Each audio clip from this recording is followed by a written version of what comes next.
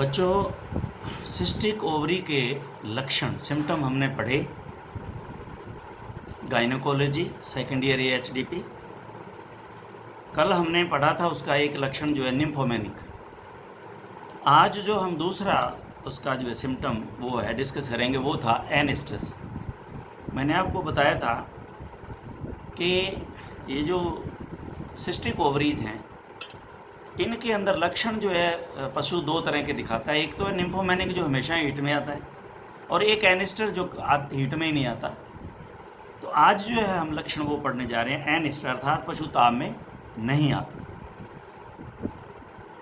इस रोग cystic ovary में दूसरे प्रकार के वे पशु होते हैं लंबे समय तक हीट ताप मद में नहीं आते, और पशु मालिक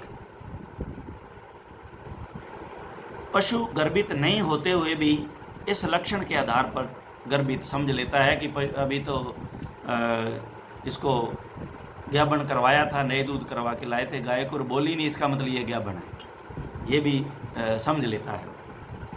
यदि पशु ताप में आता भी है तो बहुत कम लक्षण प्रदर्शित करता है तथा नर पशु के नीचे खड़ा नहीं रहता या नर पशु को अपने ऊपर माउंट नहीं होने देता। इससे भी पेल्विक लिगामेंट ढीले होते हैं, लेकिन बहुत कम, यानी कि 40% तक ही होते हैं।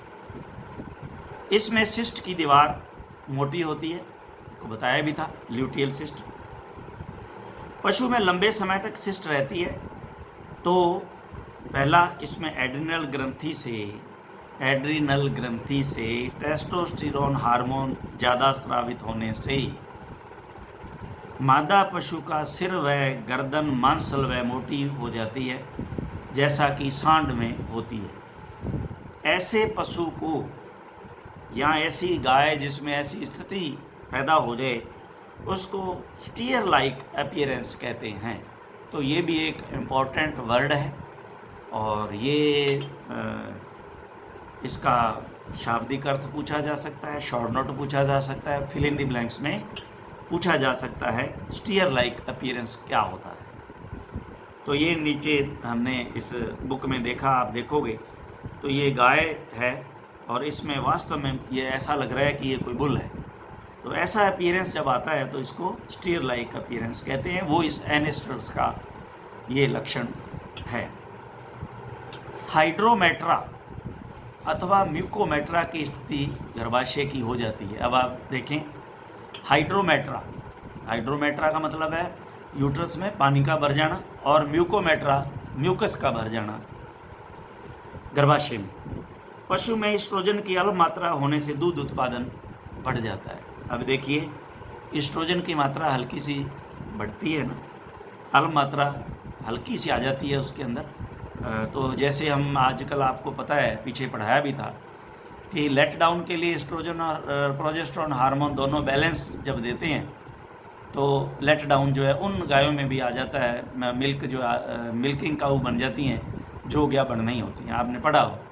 तो ये जो इतनी मात्रा इसमें प्रोजेस्टेरोन के साथ ये जब एस्ट्रोजन की मात्रा हल्की अल्प मात्रा में मिल जाती है तो दूध उत्पादन इसका बढ़ जाता है।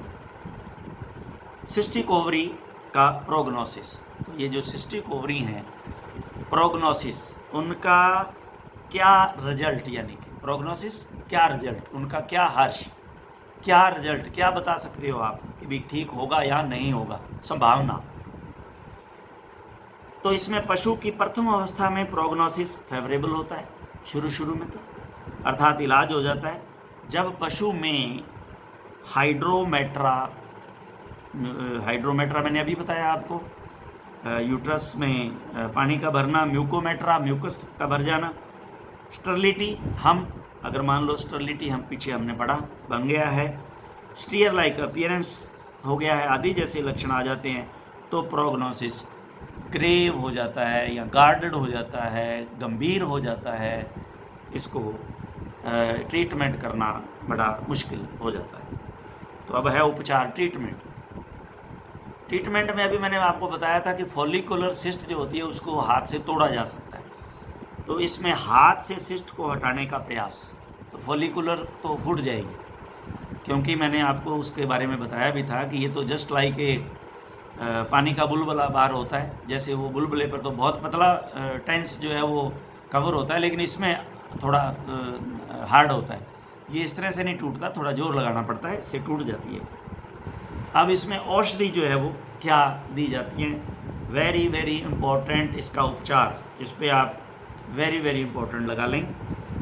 इंजेक्शन गोनेडोट्रोपिक हार्मोन जो है वो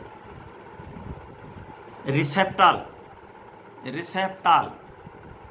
ये जो है, इसमें ब्यूसरलिन होता है साल्ट 5 ml इंट्रामस्कुलर। इस इंजेक्शन से पशु 18 से 23 दिन बाद ताव में आ जाता है। तो ये है क्या, ब्यूसरलिन रिसेप्टाल के नाम से आता है। इसको जब लगाते हैं तो ये उसको सिस्ट को जो है वो तोड़ देता है, ब्रस्ट कर देता है या ल्यूटिलाइज कर देता है। अथवा या इंजेक्शन कोरुलोन आता है इंजेक्शन। रिसेप्टाल और कोरुलोन 2 इंजेक्शन जनरली फील्ड में मैं इनको काम में लेता था, बहुत अच्छे रिजल्ट आते हैं इनके। कोरुलोन ये जो है 3000 से 5000 इंटरनेशनल यूनिट आईवी पशु को 20 से 30 दिन बाद इसमें 20 से 30 दिन बाद ताव में आ जाता है पशु। जब इसको लगा देते हैं 20 से 30 दिन के बाद में हीट में जानवर आ जाता है, क्योंकि वो सिस्ट जो है वो ब्रस्ट हो जाती है।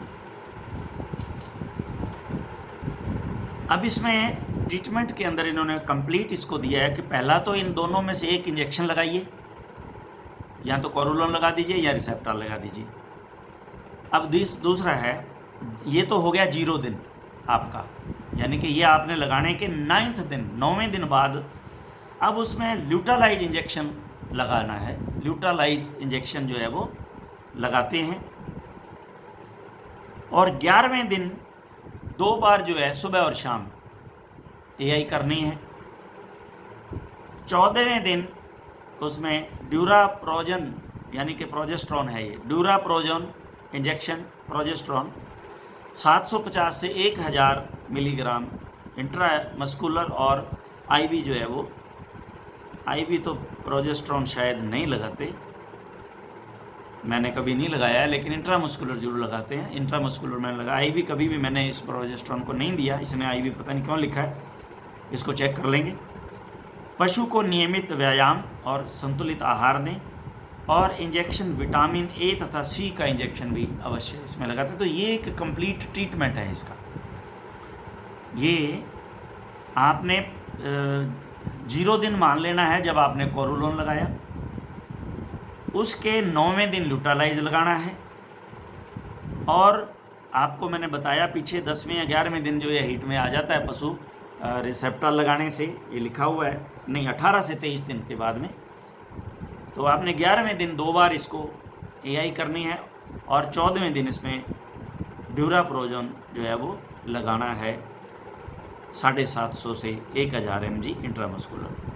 नियमित व्यायाम और विटामिन ए और सी विटामिन के इंजेक्शन इसको लगाने हैं। तो ये इसका सिस्टिक ओवरी का एक बहुत ही प्रॉपर ट्रीटमेंट इन्होंने बताया। तो ये इस ट्रीटमेंट को आप अगर अपनाते हैं तो ये दोनों तरह के काम जो है वो करेगा। सिस्ट भी ब्रस्ट हो जाएगी और ये हीट में भी आ जाएगी, और ओवा भी रिलीज हो जाएगा। तो अगर ये ओवा रिलीज हो जाता है, यही करते हो, तो ये फर्टिलाइजेशन शॉर्ट माना जाता है इसको, उसमें ये प्रेगनेंसी जो है वो रह जाएगी। अब हम एनेस्ट्रस जो है पढ़ने जा रहे हैं, क्या होती है, किन किन कारणों से होती है, क्योंकि इसमें काफ़ी कुछ आता है एनेस्ट्रस में, तो इसलिए इसका जो हम सबसे पहले परिचय है एनेस्ट्रस। हमने जो एनेस्ट्रस अभी पीछे पढ़ा, ये था इनके जो लक्षण हमने पढ़े थे सिस्ट के, सिस्टिक ओवरी के, ये वो एनेस्ट्रस था, और वो एक जो है हमने पढ़ा था, हमेशा जो है वो हीट में रहती है गाय, तो इस दोनों के बारे में हमने इसे पढ़ा। अब यह मदहीनता यानी एनिस्ट्रस होती क्या है, इसको पूर्ण रूप से इसको जो है हम पढ़ेंगे। परिचय। मादा पशु परिपक्व अवस्था के यौवनारंभ अवस्था के बाद भी मद में नहीं आता, अर्थात मद के लक्षण भी प्रदर्शित नहीं करता, तो ऐसी स्थिति अथवा अवस्था को स्त्री मदहीनता एनिस्ट्रस कहते हैं। यह मादा पशु के बांझपन का मुख्य कारण है। यह स्थित मुख्य रूप से दो अवस्थाओं में देखी गई है। पहला तो प्रसव के बाद हीट में नहीं आता क्योंकि मिल्किंग हो जाता है वो, और दूसरा है लैंगिक क्रिया या मैथुन या संभोग के बाद, प्रेग्नेंट होने के बाद। इसमें क्लासिफिकेशन, अगर प्रेग्नेंट है तो भी नहीं आएगा हीट में, मिल्किंग का हुआ है तो भी 2-3 महीने तक वो हीट में नहीं आता। स्त्री मदहीनता वाले पशुओं को लक्षणों के आधार पर निम्न 2 भागों में विभाजित किया गया है। वे मादा पशु जिनमें क्रियात्मक साधारण कार्पस ल्यूटियम होती है। एक्टिव सीएल जो है वो एक्टिव रह जाती है। तो जब सीएल एक्टिव रह जाती है तो ऐसा प्रतीत होता है कि पशु प्रेग्नेंट हो गया और वो हीट में नहीं आता, जबकि वो प्रेग्नेंट होता नहीं है। तो इसमें हमें आगे पढ़ेंगे पूरा। वे मादा पशु जिनमें अक्रियात्मक कार्पस ल्यूटियम बना रहता है, रिटेन और परसिस्टेंट कार्पस ल्यूटियम। तो 2 तरह के हुए, एक में तो सीएल बनी ब्याने के बाद में, प्रेगनेंसी के बाद में, तो वो प्रेगनेंसी बनी रहती है, ब्याने के बाद में नहीं, प्रेगनेंसी के बाद में ही रहती है, प्रेगनेंसी बनी रहती है लगातार।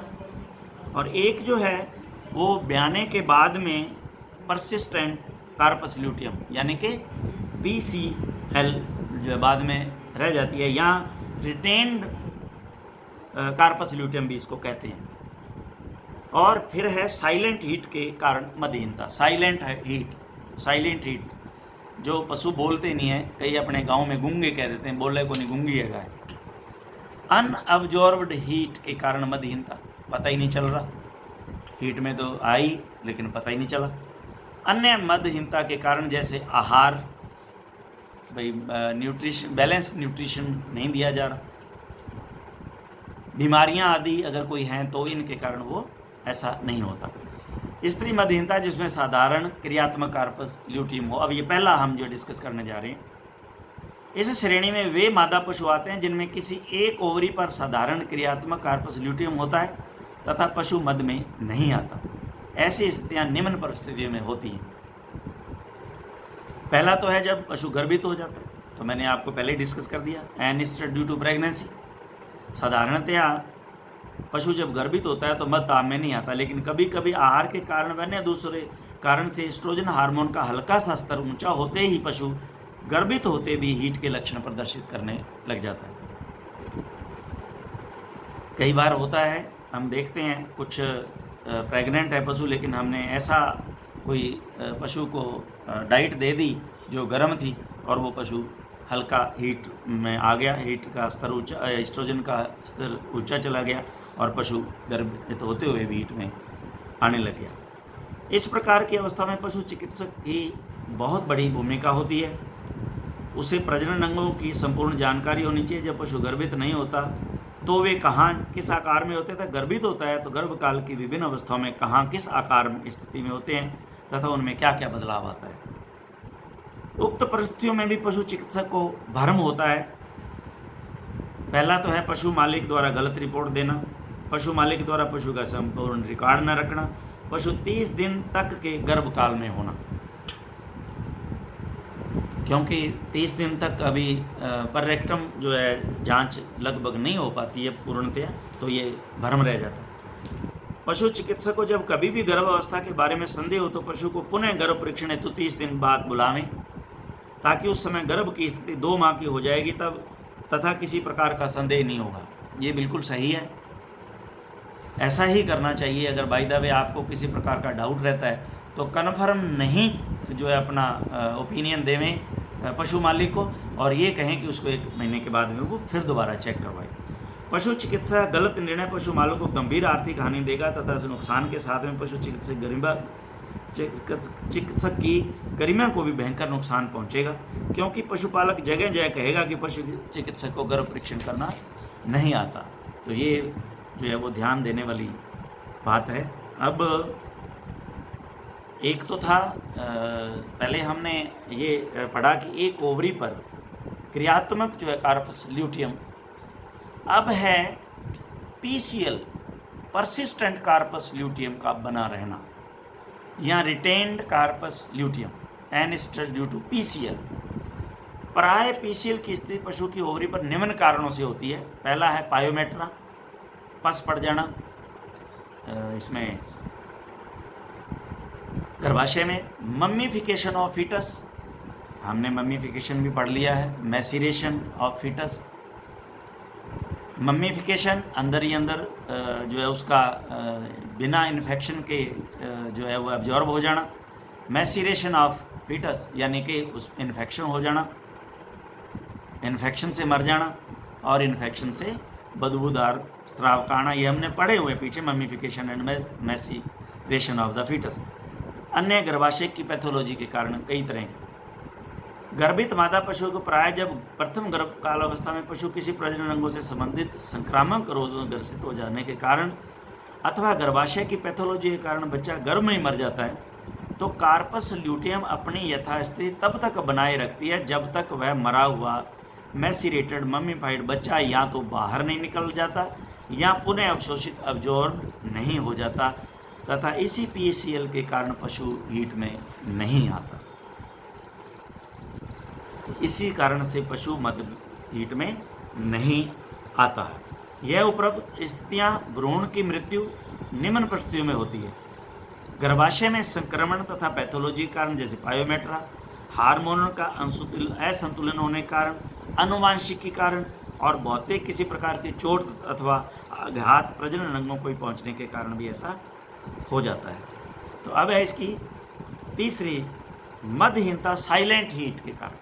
साइलेंट, यह स्थिति में ज़्यादातर पशुओं में प्रसव के बाद 2 महीने तक आती है, इसके बाद कम हो जाती है। परिभाषा साइलेंट हीट की। साइलेंट हीटर्स वह स्थिति जिसमें सीएल नॉर्मल होती है तथा ओवुलेशन भी नॉर्मल होता है, लेकिन फॉलिकल्स में एस्ट्रोजन की मात्रा कम होने के कारण पशु में क्लिनिकल लक्षण स्पष्ट रूप से प्रदर्शित नहीं करता। लुप्त मध्यहीनता, साइलेंट अथवा कमजोर या वीक स्ट्रम इसको कहते हैं, वीक हीट इसको हम कहते हैं। इसके कारण जो हैं आनुवांशिकी कारण है इसका। कुछ नस्ल में के पशुओं में एस्ट्रोजन हार्मोन की मात्रा बाह्य क्लिनिकल लक्षण प्रदर्शित करने हेतु अधिक जरूरत होती है। कुछ पशु तो एस्ट्रोजन हार्मोन की कम मात्रा में ही मद के लक्षण प्रदर्शित कर देते हैं, लेकिन कुछ पशु इतनी एस्ट्रोजन की मात्रा में मद के लक्षण प्रदर्शित नहीं करते। अधिक उम्र में के कारण, जोड़ों के तथा मांसपेशियों की बीमारी के कारण। अब है लास्ट वाला और वो है अनऑब्जर्व्ड स्ट्रेस, मद का दिखाई नहीं देना।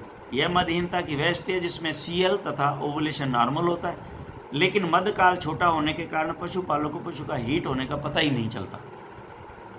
यह स्थितियां निम्न कारणों से आती हैं। पशु को किस वातावरण में रखा गया, जैसे 75 डिग्री टू 95 डिग्री फ़ारेनहाइट पर मद काल 11 आवर्स होते हैं, जबकि 62 to 65 डिग्री फ़ारेनहाइट पर 20 आवर्स होता है। हीट में आया जानवर और पता ही नहीं चला और वो हीट चली गई। तनाव, स्ट्रेस, पशु यदि किसी भी कारण से तनाव में रहता है तो 30% तक मदकाल कम हो जाता है। अधिक संख्या में पशुओं को रखना, जब पशुपालक के पास अधिक संख्या में पशु होते हैं तो वह प्रत्येक को प्रतिदिन अच्छी देख रेख नहीं कर पाता, अच्छी न्यूट्रिशनल डाइट नहीं दे पाता और ये ऐसी स्थिति देखने को मिल जाती है। अब अन्य कारणों में हमारे पास पौष्टिक कारण है और फिर अभी काफ़ी लंबा हो जाएगा चैप्टर, तो इसको आज हम यहीं विश्राम देते हैं। पौष्टिक आहार की कमी का कारण हम नेक्स्ट में जो है वो देखें। Thank you.